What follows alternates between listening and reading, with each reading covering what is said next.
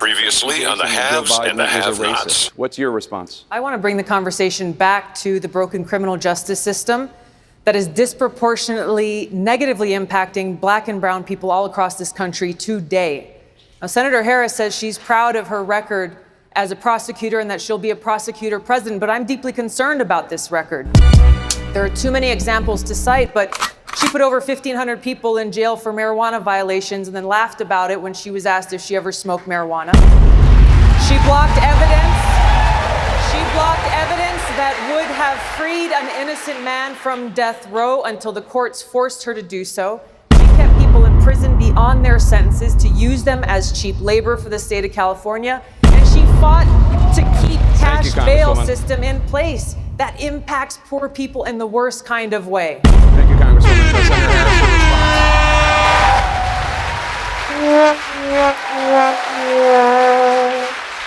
Harris. Still, though, we're in the party. When did it become clear, like, I can't represent this party anymore? It was in the fall of 2022. There were a lot of critical midterm elections happening that year, increasingly over time. And it wasn't one specific thing that caused me to make this decision, but it was increasingly over time. A couple of things. Obviously, the radical change that the Democratic Party leadership went through in really truly become a woke warmongering party of the elite. But also it was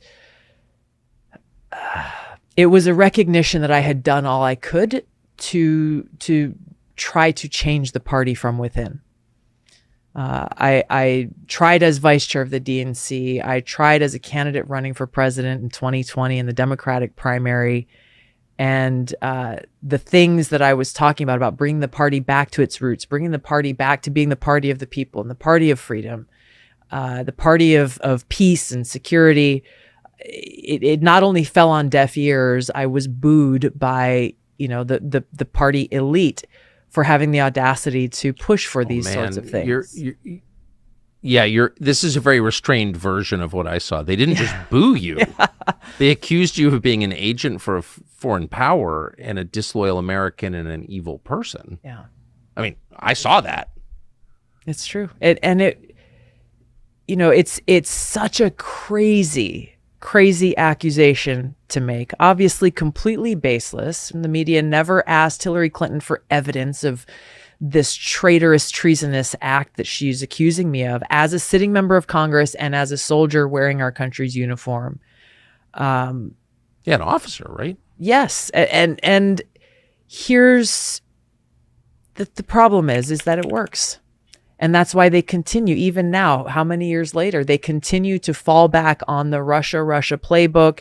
It's the Russian asset. They've used this against you. They've used this against Donald Trump, and they continue to come back to this. Yeah, but I'm not an officer in the United States Army, and you are. So it's a little weird to say, I mean, Hillary Clinton, I will never forget it, accused you of being a disloyal person. That's a crime under the military code, I think. It is. Yeah. It is. And one that would not only be grounds for them to remove my security clearance, but it would be grounds for discharge, and it would be grounds for, enforcement under the Uniform Code of Military Justice. Well, yeah. If you're actually working for a foreign power as a military officer, you can be executed for it. Yeah. So, it's not a small thing to say. So rather than just saying, Tulsi Gabbard's an idiot or I disagree with her or whatever, they went right to that, the heaviest thing you could ever say about somebody, about an American. That was all foreign policy related, right? Yes. That's the way it felt to me. It was foreign policy related, and it was related to the fact that I had the audacity to go against them, to challenge the elite of the Democratic Party, which is Hillary Clinton and it's Barack Obama, and it's the people who surround them in the military industrial complex, in the media industrial complex, those who are pushing.